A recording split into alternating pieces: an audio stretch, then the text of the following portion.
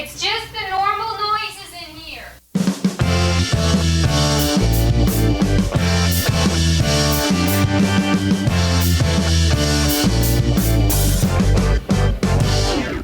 This is Polyphonic Press, the podcast where two music fans pick a classic album completely at random. Using the patented random album generator, they are given an album to review from a curated list of over 1,000 classic releases, spanning multiple genres. And now onto the show. Here are your hosts, Jeremy Boyd and John Van Dyke.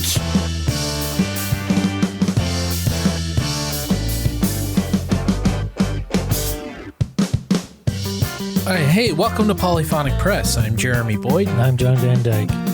And let's not waste any time. We've got the patented random album generator right in front of us here. So let's hit the button and see what album we're going to be listening to this week. And the album we're going to be listening to is Dire Straits, their debut album. All right. If I'm not mistaken, this is the one with Sultans of Swing on it. Yep. Yeah, I thought so. Here's what it says on allmusic.com. It says Dire Straits' minimalist interpretation of pub rock had already crystallized by the time they released their eponymous debut.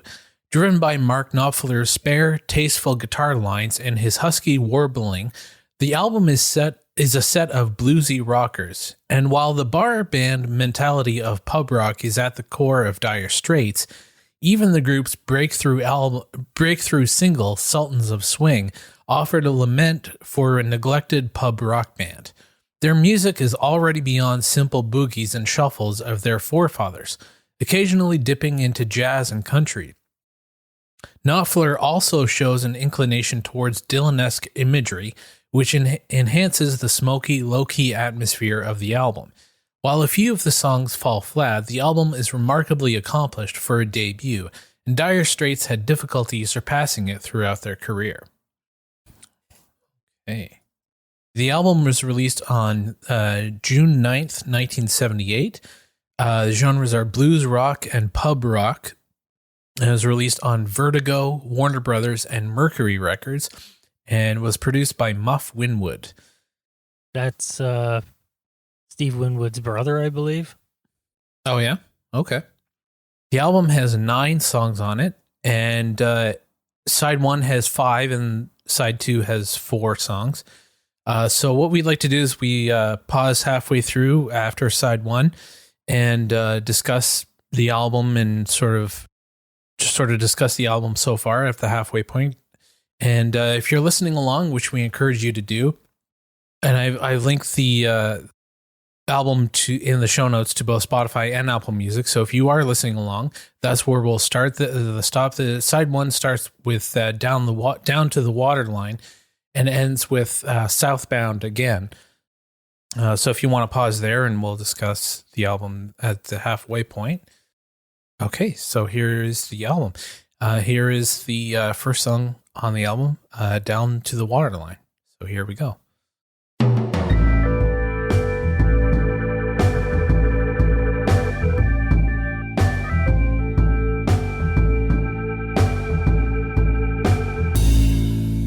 Okay, and ending side 1 with Southbound again. Yeah, I mean, this is a pretty solid album so far. Yeah, I can't really pick out anything that I have any issue with or anything like that. It's his guitar playing is excellent. The whole band is pretty tight, although they're understated. Yeah, it's not like in your face, heavy rock and roll. It's pretty laid back. Yeah, it is. But that's not a bad thing either. That's not a bad thing at all. No. It's even, but the thing is really, it's very uncharacteristic of a British band. Like I always think like that laid back sort of thing is more characteristic of a band from like the southern United States. This kind of has that feel of like At least that last song, Southbound Again, it has that sort of, I don't know, like barbecue sort of, relaxed sort of sound. Yeah. No, I know what you mean. And it's true. A lot of British bands aren't like that. And you think about like The Who or Led Zeppelin or... Yeah, they've got a lot of punch and energy, and they're a lot more boisterous. Yep. Which, I mean, there's nothing wrong with that at all. But, you just don't expect that from a British band. But like pub rock is actually, it's something that I don't think we've really talked a whole lot about. And it's something that I don't know a whole lot about, but there was a movement in like the late 70s, and in England, there was this genre called pub rock. And what you think of as a bar band, as like a band doing like covers, but that's not really what they were. That's not really what it was. It was sort of inspired by, it's sort of the bridge between like bluesy sort of like rootsy sort of rock, and then like the punk stuff that would come a few years after.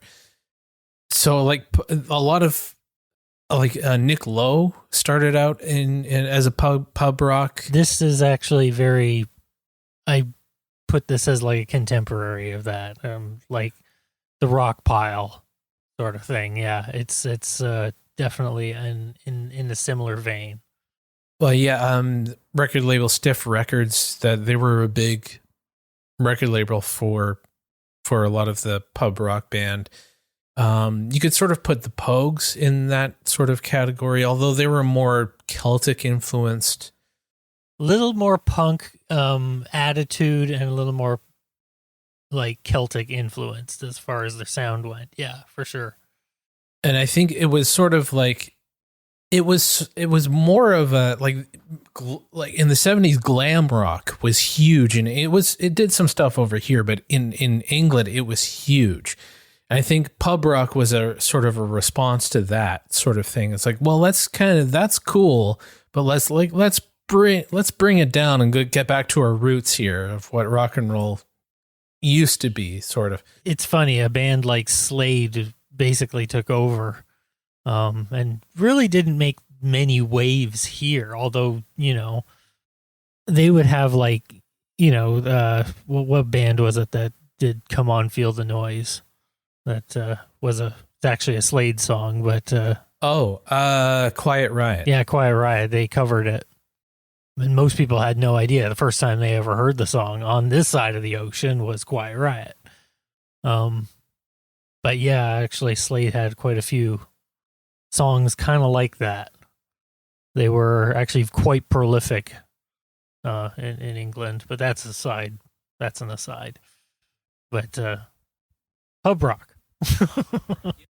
Yeah, I mean, it is getting back to that sort of, I don't know, I guess I don't want to say this album. I mean, a couple of the songs do sound like straight, like they could have been recorded in 1956.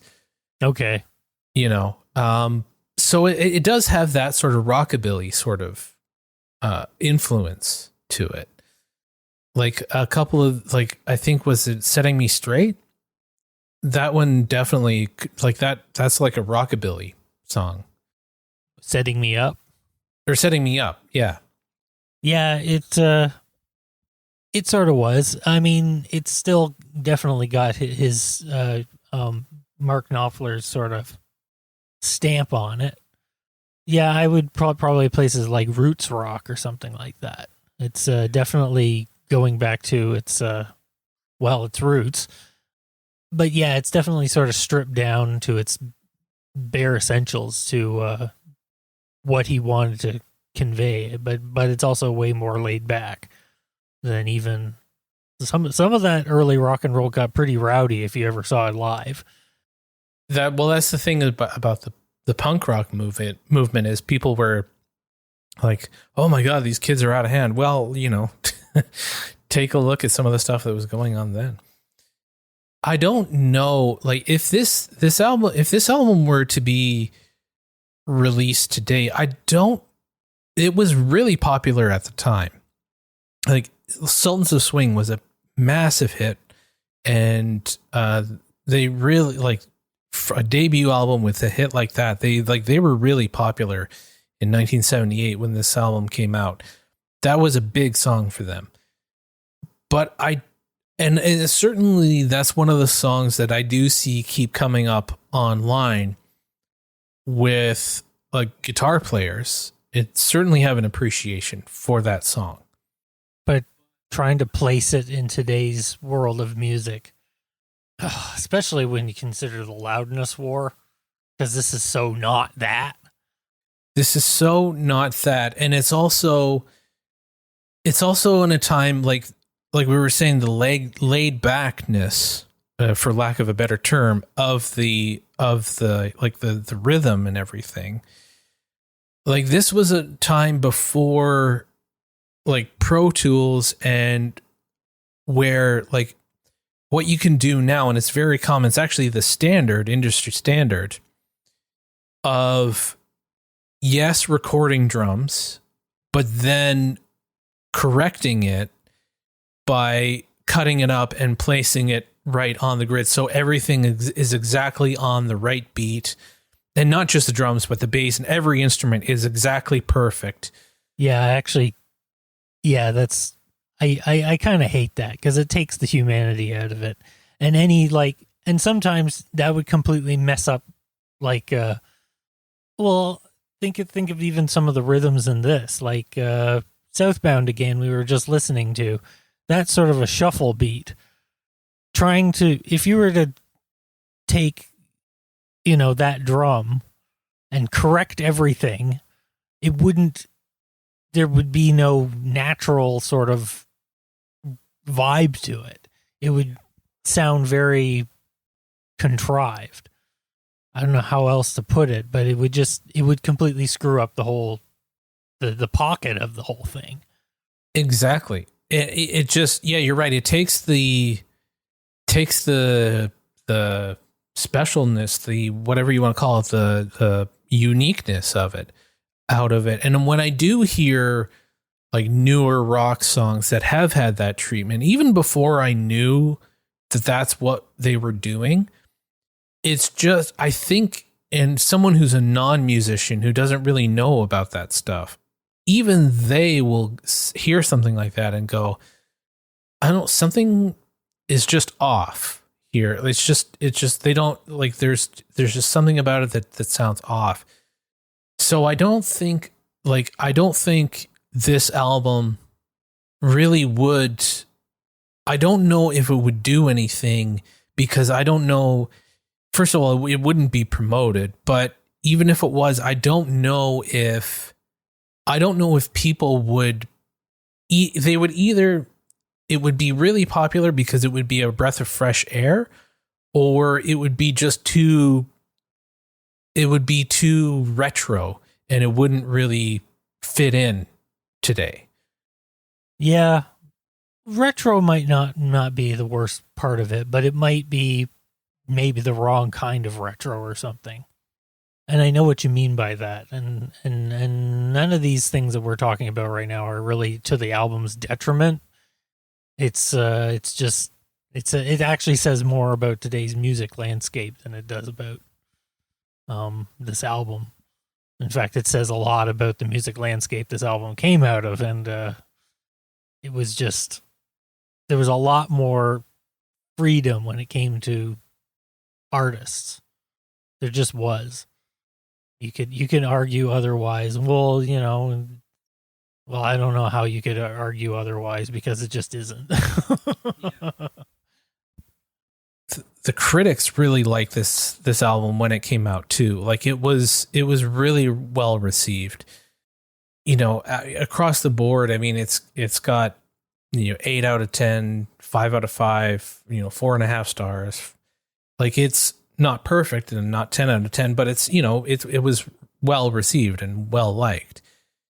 And, it says in his review for Rolling Stone, Ken Tucker wrote that the band plays tight, spare mixtures of rock, folk, and country music with a serene spirit and witty irony. I think that's a perfect description. And, it's funny. I always thought that Mark Knopfler's voice probably, of all the singers, probably sounds the most like Bob Dylan. Yeah, a certain era of Bob Dylan. It's a little bit more palatable. Not to really, crap on Bob Dylan, because I actually really like Bob Dylan. But his voice is a little bit more, I don't know, it's a little bit softer, but it still has a similar timbre to it. Yeah, it very much does. It's sort of like it's sort of like Bob Dylan. I don't want to say that because he's played with some really good rock and roll bands, but they sometimes make him. But I don't think he would fit in with like this kind of music, like this pop music. So Mark Knopfler is almost the pop version of Bob Dylan, like in the sense of more catchy melodies and more hooks, I guess. Because I certainly wouldn't think of, Mark Knopfler so much in a pop music sense. Because I still think of him very much as like a musician's musician. As popular as he was, he's still basically a musician's musician. He really is. Right, but what I'm thinking of is like more pop in the sense of thinking more about creating more melody rather than Bob Dylan focusing on the lyrics and then the melody coming after. Mark Knopfler is more of a song crafter, song craftsman. Yeah. Okay. Yeah, I can sort of see that.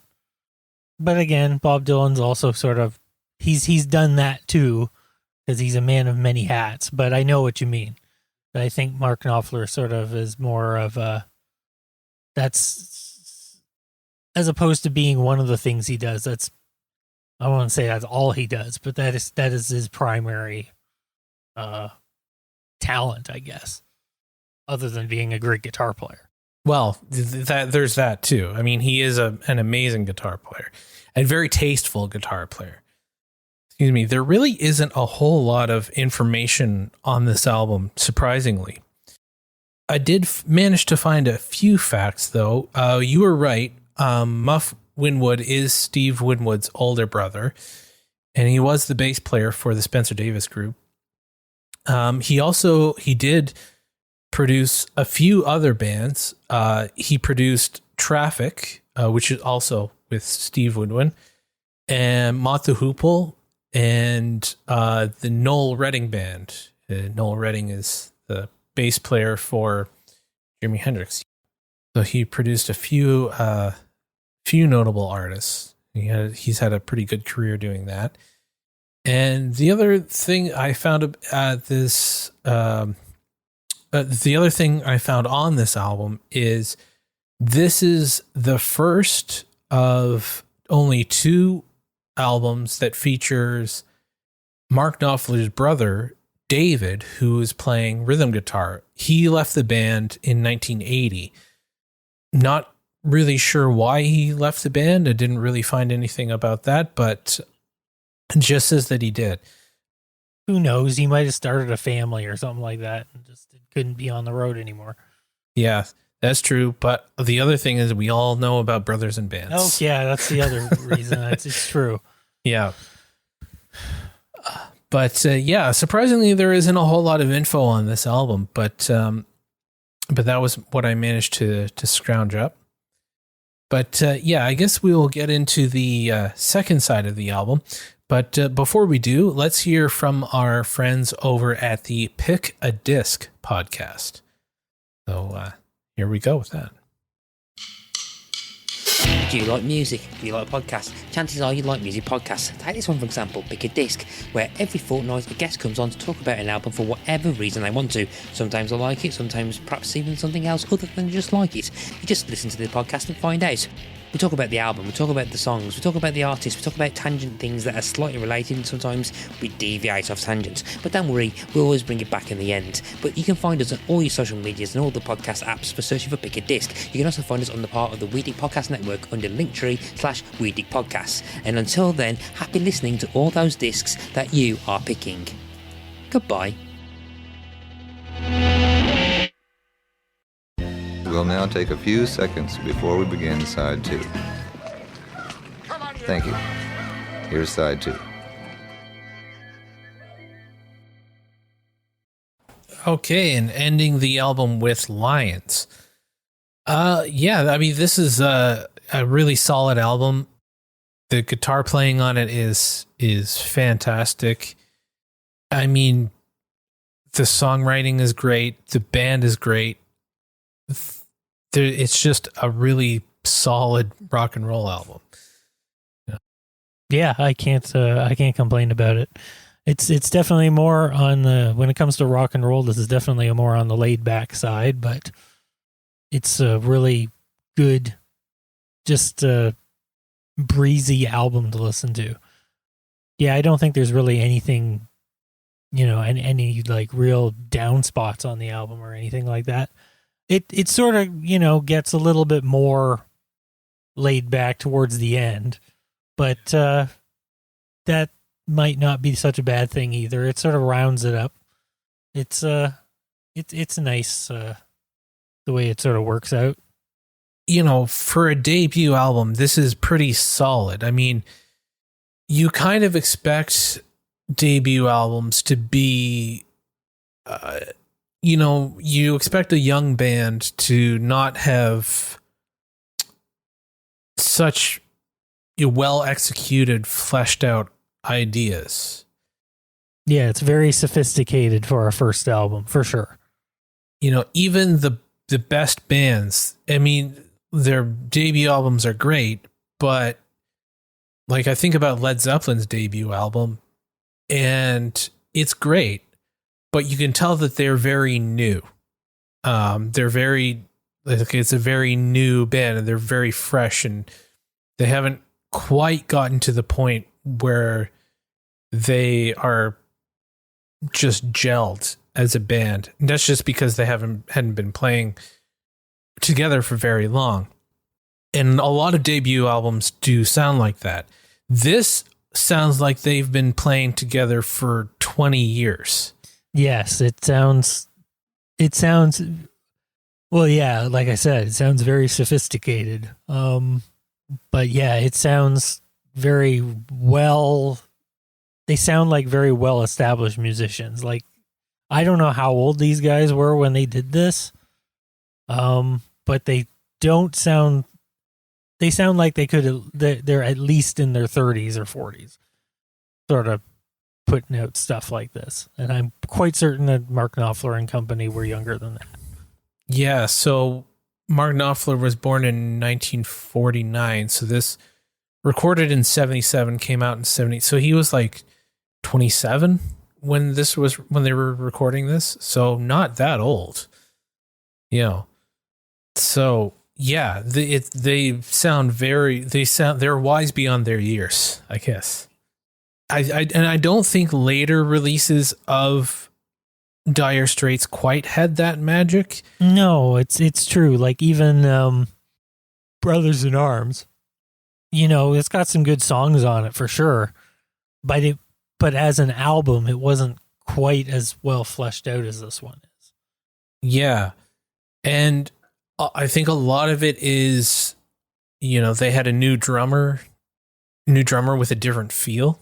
Nothing wrong with that, but like, it didn't quite gel as well in that that felt more like a Mark Knopfler solo album than a band. Maybe. Yeah, I know what you mean.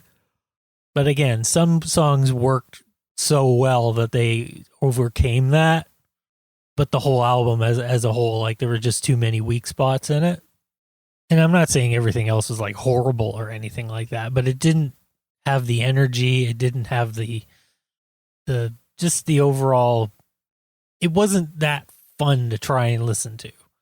Yeah, exactly. Yeah, that's exactly it. I think here you can tell that they're enjoying playing these songs. Whereas Brothers in Arms, still a good album, but it felt like more like they were working rather than just enjoying the process. And you can tell that in the music. So I think this, it's funny. It's usually the opposite happens, where the first album isn't, for a band isn't quite there yet, and then more releases come and they find their sound and fall into a groove of playing together. To be perfectly honest, I haven't listened to a lot of Dire Straits' other albums. As for like my 3 favorite songs off this is a pretty good album. I'd probably say I mean, Sultans of Swing is really good, but if I were to pick 3 favorites, I'm going to go 3 favorites other than Sultans of Swing. And I'm going to go with Setting Me Up, Southbound Again, and In the Gallery. I think those ones are my favorites. Yeah, interesting. I think I would go, I'm going to do the same and not pick Sultans of Swing, because it is like, it's probably, other than Money for Nothing, that's probably their best known song. And it is such a, I've heard that song, Oh, so have I. And it is a really good song. It's a really good song. But if, to pick some of the other ones, I think I would probably go with Down to the Waterline. Yeah, In the Gallery had some really good guitar work at the end there. Pretty solid. You could pick a bunch of different ones off this one. There isn't a bad song here. It's tough to pick 3 favorites, but if I were to, like, those would be my highlights for sure. So I think I know the answer, but would you listen to this again? Oh yeah, I'd listen to this again. Sure. It might be another one where I have to be in a, but I don't have to force this one. Some albums where I think I'm going to listen to it again, but I have to be in the right mood. This is sort of that, but honestly, I don't have to force the mood that much. It's just a decent album. I could put it on and it might put me in the mood. It's just a good album.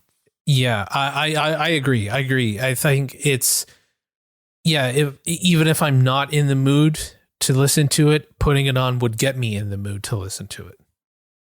So yeah, I totally agree. I think, I feel the same way that you do with that. So yes, I would definitely listen to this again. So I think that just about does it. I guess we'll end the episode there. Thank you so much for listening if you made it this far. If you're enjoying listening to these episodes and want to join the community, you can do that in a few ways. You can follow us on Instagram at Polyphonic Press. And you can also check out, if you're on Reddit, we do have our own subreddit that I just set up, so you can follow us along on Reddit there and discuss with other people about these albums and post whatever you want about music, and within reason, of course. You can follow us there, and you can also join Patreon, and there's some cool stuff. There's a chat function. You can talk with us and other people, and you can get these episodes the day before they go live, and you can even pick an album for us to review, so that's pretty cool. So if you feel like helping us out on Patreon, you can go there, and all those links are in the description. And I think that just about does it. I'm Jeremy Boyd. I'm John Van Dyke. Take it easy.